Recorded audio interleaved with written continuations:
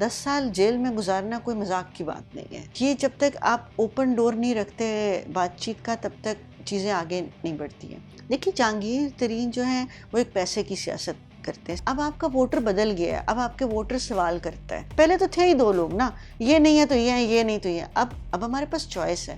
تو اگر استحکام پارٹی اگر کسی اچھے مینیفیسٹو کے ساتھ آتی ہے تو وائی ناٹ, ان کو چانس ملنا چاہیے. ہمارے پاس انڈسٹری نہیں ہے, ہمارے پاس کوئی ہم نے فیکٹری نہیں لگائی, ہم نے کچھ نہیں کیا ہوا.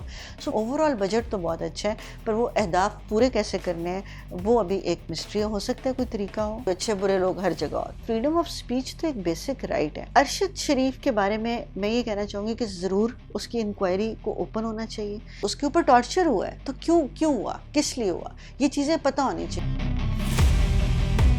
آپ زرداری صاحب کی سیاست کو کس نظر سے دیکھیں؟ کیونکہ میں نے دیکھا ہے جو لفظ وہ بولتے ہیں چاہے وہ کسی بھی فورم پہ بولے وہ پورے ضرور ہوتے ہیں. جیسے انہوں نے پی ٹی آئی کے بارے میں یہ بات پریڈکشنز کر دی تھی کہ میں اس کو جماعت نہیں مانتا, یہ کھیلنے کے لیے آئے, کھیلیں اور چلے جائیں گے.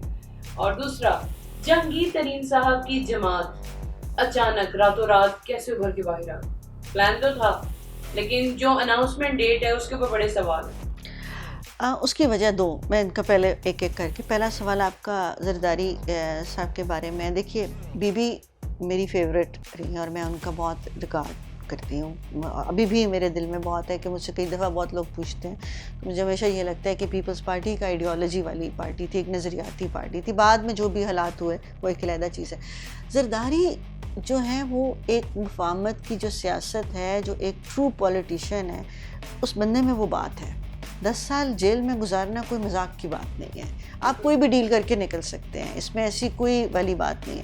ہمارے سامنے نواز شریف باہر گئے, ایون بی بی بھی گئی, بہت لوگ گئے, باقی بھی کافی آنے والے دنوں میں آپ کو جاتے ہوئے نظر آئیں گے. لیکن وہ that man stayed in jail. اس نے اپنا پورا جو بھی, وہ اچھا ہے برا ہے میں اس پہ نہیں پڑتی, بٹ ایز اے پولیٹیشین میں ان کو بہت ایک بہترین سیاستدان گردانتی ہوں. اور مجھے پچھلے دنوں جس طرح بجٹ آ رہا تھا اور اس طرح کے اہم اور خاص طور پہ کرنٹ سچویشن میں بجٹ ایک بہت امپورٹنٹ چیز تھی پورے پاکستان کے لیے, پوری دنیا کے لیے, کہ کیا آتا ہے بجٹ میں, فوج کو کتنا بجٹ جا رہا ہے, تعلیم میں کتنا جا رہا ہے, اور overall I M F کو ہم نے ڈیل کیا کرنی. So budget was important and he was there. اور انہوں نے دو چیزیں انہوں نے بڑی مزیدار کی. اگر آپ میں سے کسی نے ان کی پری بجٹ اسپیچ سنی ہو تو انہوں نے بولا کہ ہمارے یہاں نظام جو ہے وہ ٹیکسز اور سبسڈیز کا غلط ہے. آپ ٹیکس لگائیں امیر پہ اور سبسڈیز دیں غریب کو. ہم کیا کرتے ہیں, ہم سبسڈیز دیتے ہیں امیر کو, اس کی گاڑی پہ سبسڈی ہے. آپ دیکھیں نا, یہ جو جتنے حکومت کے لوگ ہوتے ہیں, یہ جو ٹول پلازا پہ جاتے ہیں 15-20 روپے, یہ وہ بھی نہیں دیتے. ان کی گاڑی کی سبز پٹی پہ وہ چلے. میں اور آپ دیتے ہیں. یہ کیا طریقہ ہے؟ سبسڈی آپ دیں غریب عام آدمی کو دیں اور امیر پہ ٹیکس لگائیں. جب تک آپ یہ سسٹم نہیں کریں گے, کیونکہ گورنمنٹ چلتی ہی ٹیکس جنریشن پر. تو یہ اس بندے نے بڑی ایک, مجھے بہت پسند آئی بات کہ وہ بہت ایک اپ ٹو ڈیٹ اور اکانومسٹ والی بات تھی. ادروائز وہ کیا پالیسیز لے کر آتے ہیں, کیا نہیں لے کر آتے. سو مجھے وہ ایک اچھے اور منجھے ہوئے سیاستدان لگتے ہیں. اور مجھے ریسنٹلی بلاول کے بھی بیہیویئر میں بہت بہتری, اور میں نے جس طرح ان کو سنا ورلڈ اکنامک فورم پہ بولتے ہوئے, ابھی کشمیر کے ایشو کے اوپر جو ان کی گوا میں کانفرنس تھی اس کے اوپر بولتے ہوئے, باڈی لینگویج میں ایک تھوڑا سا ٹھہراؤ آیا ہے. ظاہر ہے عمر کے ساتھ انسان سیکھتا ہے, مگر ایز کمپیئر ٹو زرداری تو میں نہیں ان کو کہوں گی, لیکن جو میں نے ان کو آج سے 8-10 سال پہلے دیکھا تھا اس کی نسبت ان کی مجھے پرسنالٹی میں ایک ٹھہراؤ ایک نظر آیا. اور ایک وہ نظر آیا کہ آپ سمجھنا چاہتے ہیں, آپ جاننا چاہتے ہیں, آپ تحقیق کرنا چاہتے ہیں, آپ بات چیت کرنا چاہتے ہیں. یہ جب تک آپ اوپن ڈور نہیں رکھتے بات چیت کا تب تک چیزیں آگے نہیں بڑھتی ہیں. دوسرا سوال آپ کا, دیکھیے جہانگیر ترین جو ہیں وہ ایک پیسے کی سیاست کرتے ہیں, سیدھی سی بات ہے. اور پیسے کی سیاست کی ہمارے یہاں پہ ضرورت اس لیے بھی پڑتی ہے کیونکہ ہمارا ملک جو ہے وہ ان چیزوں کے اوپر کافی حد تک ریلائی کرتا ہے. ہمارا ووٹر بہت ریلائی کرتا ہے. آلدو اب جو میں اپنا ووٹر دیکھتی ہوں, میں اپنا ووٹر کس کو کہتی ہوں؟ میں اپنا ووٹر, میں یہ نہیں کہہ رہی کہ آپ ہیں یا میں ہوں یا کوئی اور ہے. میں سمجھتی ہوں کہ جو یہ بار مزدور ہے, اس کی کیا یہ کانسیپٹ کیا لے کے چل رہا ہے. سو اس کے کانسیپٹ کے اندر بہت دفعہ یہ چیز آتی تھی کہ جی اگر میرے بچوں کا فیس پوری ہو جاتی ہے اور دوائی کے پیسے مل جاتے ہیں تو میں خوش ہوں. ایسی سچویشن کے اندر اس کے اندر استحکام پارٹی جیسے لوگ بڑے کامیاب رہتے ہیں کیونکہ ان کے پاس لین دین کے لیے کافی چیزیں موجود ہوتی ہیں.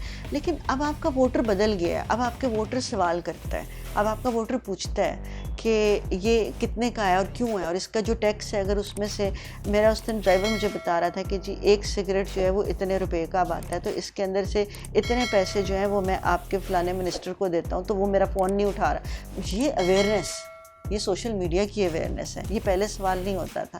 تو اس لیے استحکام پارٹی کو میں یہی سمجھتی ہوں کہ یہ ایک پوری اوور آل سچویشن کو کور کرنے کے لیے ایک سیٹ اپ تھا, اور اس کی تیاری بہت عرصے سے ہو رہی تھی. اس کی تیاری علیم خان صاحب کی بھی ٹائم پیریڈ میں انہوں نے بھی کافی کوشش کی کہ ایک ملک کو ایک ڈیولپمنٹ سیکٹر کی طرف لے کے جائیں. سو ڈیولپمنٹ سیکٹر کا ایک رول تو ہوتا ہے, وہ لوگ جابس کریٹ کرتے ہیں, وہ لوگ اویئرنیس دیتے ہیں, اور میں نے نہیں دیکھا ان لوگوں کو کہ کبھی اپنی ذاتیات کو یا کسی کی بھی ذاتیات کو ڈسکس کرتے ہوئے. So I think it's a good thing, اور جتنی زیادہ پارٹیز ہوں گی اتنا زیادہ لوگوں میں اویئرنیس آئے گا اور کمپٹیشن ہوگا. پہلے تو تھے ہی دو لوگ نا, یہ نہیں ہے تو یہ ہے, یہ نہیں تو یہ ہے. اب ہمارے پاس چوائس ہے, عوام کے پاس چوائس ہے. تو اگر استحکام پارٹی اگر کسی اچھے مینیفیسٹو کے ساتھ آتی ہے تو وائی ناٹ, ان کو چانس ملنا چاہیے. اور اگر وہ لوگوں کو ڈیلیور بھی کرتے ہیں تو میں سمجھتی ہوں کہ اس میں کوئی بری بات نہیں ہے. اور اب یہ جو بجٹ آیا ہے, کیا آپ کو لگتا ہے یہ بجٹ عام عوام کے لیے سوٹیبل ہے؟ دیکھیے اس بجٹ میں سب چیزیں بہت اچھی ہیں, لیکن جو چیز حیران کن ہے کہ میں اس دن سارے ان کے فگرز پڑھ رہی تھی کہ اتنے ارب روپے اس کے لیے رکھے ہیں, اتنے ارب اس کے لیے رکھے ہیں, بڑے اچھے ہیں. پینشن میں 17.5% اضافہ ہوا ہے, بہت اچھی بات ہے. سیلری کے اندر مزدور کی جو ہے وہ آئی تھنک 35% اضافہ ہوا ہے, بہت اچھی بات. لیکن مجھے وہ پیسے نظر نہیں آ رہے, وہ پیسے پڑے کہاں ہوئے جو انہوں نے دینے ہیں. ہمارے خزانے میں وہ پیسے نہیں ہیں. سو budget is good, budget is excellent, but it's an election campaign. یہ ایک الیکشن کا ایک طریقہ تھا کہ کیمپین چلائی گئی ہے کہ ایک اس کو پورا کیسے کرنا ہے. مطلب اگر آپ اکانومسٹ کو یا اپنے اس ٹیم کو بٹھائیں جس کو پتہ ہو کہ میرے پاس 5 روپے پڑے ہیں, اگر میرے پاس 5 روپے ہیں اور میں آپ کو 50,000 کی ایک ڈیل بتاتی ہوں, جو ڈیل بہت خوبصورت ہے, ہر ایک کے لیے ون ون ہے, تو آپ کا پہلا سوال میرے سے یہی بنے گا کہ وہ باقی کا جو 39,000 روپیہ یا 39,500 روپیہ وہ کہاں سے آنا ہے. تو وہ ان کے پاس کچھ بھی نہیں ہے. ہمارے پاس انڈسٹری نہیں ہے, ہمارے پاس کوئی ہم نے فیکٹری نہیں لگائی, ہم نے کچھ نہیں کیا ہوا. سو وہ ایک لمحہ فکری ہے. اوور آل بجٹ تو بہت اچھا ہے, پر وہ اہداف پورے کیسے کرنے ہیں وہ ابھی ایک مسٹری ہو سکتا ہے, کوئی طریقہ ہو. I have no clue about that. اچھا, اب میں آپ سے یہ پوچھنا چاہوں گی میم, صحافی ارشد شریف کے بارے میں آپ کا کیا کمنٹ ہے؟ اس سے انصاف ملے گا یا نہیں ملے گا؟ دیکھیے میرے دل کے بہت قریب ہے صحافت. میں سمجھتی ہوں کہ یہ ایک واریئرز ہوتے ہیں, انسنگ واریئرز ہوتے ہیں کہ جن کو کریڈٹ بھی نہیں دیا جاتا. پھر کچھ جس طرح ہر ادارے میں, چاہے وہ ڈیزائننگ کا ہو, چاہے پالیٹکس کا ہو, چاہے فوج ہو, چاہے جوڈیشری ہو, اچھے برے لوگ ہر جگہ ہوتے ہیں. صحافت میں بھی ہوتے ہیں, اس میں ایسی کوئی, لیکن اس ایک بندے یا 4 بندوں کی وجہ سے پورے ڈپارٹمنٹ کو گندا کرنا یا ان کی پوری چیزوں کو نگیٹ کرنا, میں اس کے بہت خلاف ہوں. اور میں یہ سمجھتی ہوں خاص طور پہ جو خواتین ہیں جرنلزم میں, ان کے لیے ایک اسپیشل سیکیورٹی پروگرام ہونا چاہیے, اور یہ ضروری ہونا چاہیے, کیونکہ جب تک آپ فریڈم آف اسپیچ کے اوپر کام نہیں کریں گے تو ہم نارتھ کوریا بن جائیں گے. ہم کیا ہیں پھر, ہم کیا ہیں؟ چائنا کی بڑی اچھی مثالیں ہم لوگ دیتے ہیں, ہم بہت ہیں. آپ کو پتہ ہے جتنا مسلمان چین میں مرا ہے, لیکن ہم بولتے کیوں نہیں ہے؟ اس لیے کیونکہ 18 موٹر وے بنا دیے تو اب چپ کر کے بیٹھے ہوئے ہیں, کیونکہ اور ہمیں کوئی پیسے دینے کو تیار نہیں. جتنا مسلمان چین میں مرا ہے, اور ان کا سوشل میڈیا بین ہے, کوئی بات نہیں کرتا, اور اتھارٹیرین گورنمنٹ ہے.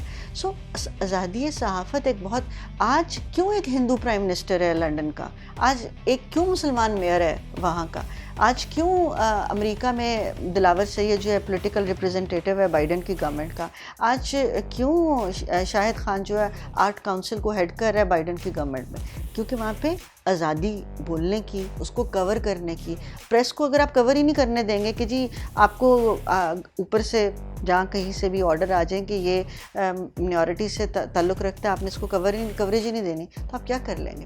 وہاں 5 وقت کی مسجدوں کا کئی اسٹیٹس کے اندر انہوں نے کہا ہے کہ اجازت ہے, کیونکہ وہاں مسلم کمیونٹی زیادہ ہے. تو فریڈم آف اسپیچ تو ایک بیسک رائٹ ہے. میں سمجھتی ہوں کہ صحافت کو ایک ایک ایسی انڈسٹری کے طور پہ لینا چاہیے جو آپ کی نسلوں کو سنوارے, اور ان کے اوپر بھی چیک اینڈ بیلنس یہ ہونا چاہیے کہ یلو جرنلزم کو کنٹرول کریں, لیکن جو ٹھیک دے رہا ہے جرنلزم اس کو سپورٹ کریں. اور خواتین کے حوالے سے میرے حساب میں ان کو پروٹیکشن کی ضرورت ہے, خاص طور پہ جس طرح یہ کرائم رپورٹنگ کے اوپر ہوتی ہیں, یا یہ جو لیجسلیشن کے اوپر جو بات چیت چل رہی تھی, ان کو اس کے اوپر ان کو کچھ نہ کچھ ان کی سپورٹ سسٹم میں چیزیں کو آنا چاہیے. ارشد شریف کے بارے میں یہ کہنا چاہوں گی کہ ضرور اس کی انکوائری کو اوپن ہونا چاہیے. اس میں چاہے کچھ بھی تھا, چاہے بھلے ہم 2 منٹ کے لیے یہ مان ہی لیں کہ ارشد شریف کی اپنی ہی غلطی تھی, فرض کریں کہ انہوں نے خود ہی کوئی کیونکہ کینیا جیسی جگہ اور ایسی جگہیں جو ہیں وہ بہت زیادہ مشہور ہیں ڈرگ ڈیلنگ اور ایسے معاملات کے حوالے سے, اور ان کی گورنمنٹس بھی انوالو ہوتی. فرض کریں میں ہائپوتھیٹیکلی یہ بات کریں, اس کے باوجود اس کی انکوائری تو ہونی چاہیے. کیوں نہیں ہونی چاہیے؟ اس کے اوپر ٹارچر ہوا ہے تو کیوں ہوا, کس لیے ہوا, یہ چیزیں پتہ ہونی چاہیے. اس کے اندر چاہے کوئی بھی انوالو ہے, میرے نزدیک جو ہے وہ اس کے اوپر بات چیت ہر حال میں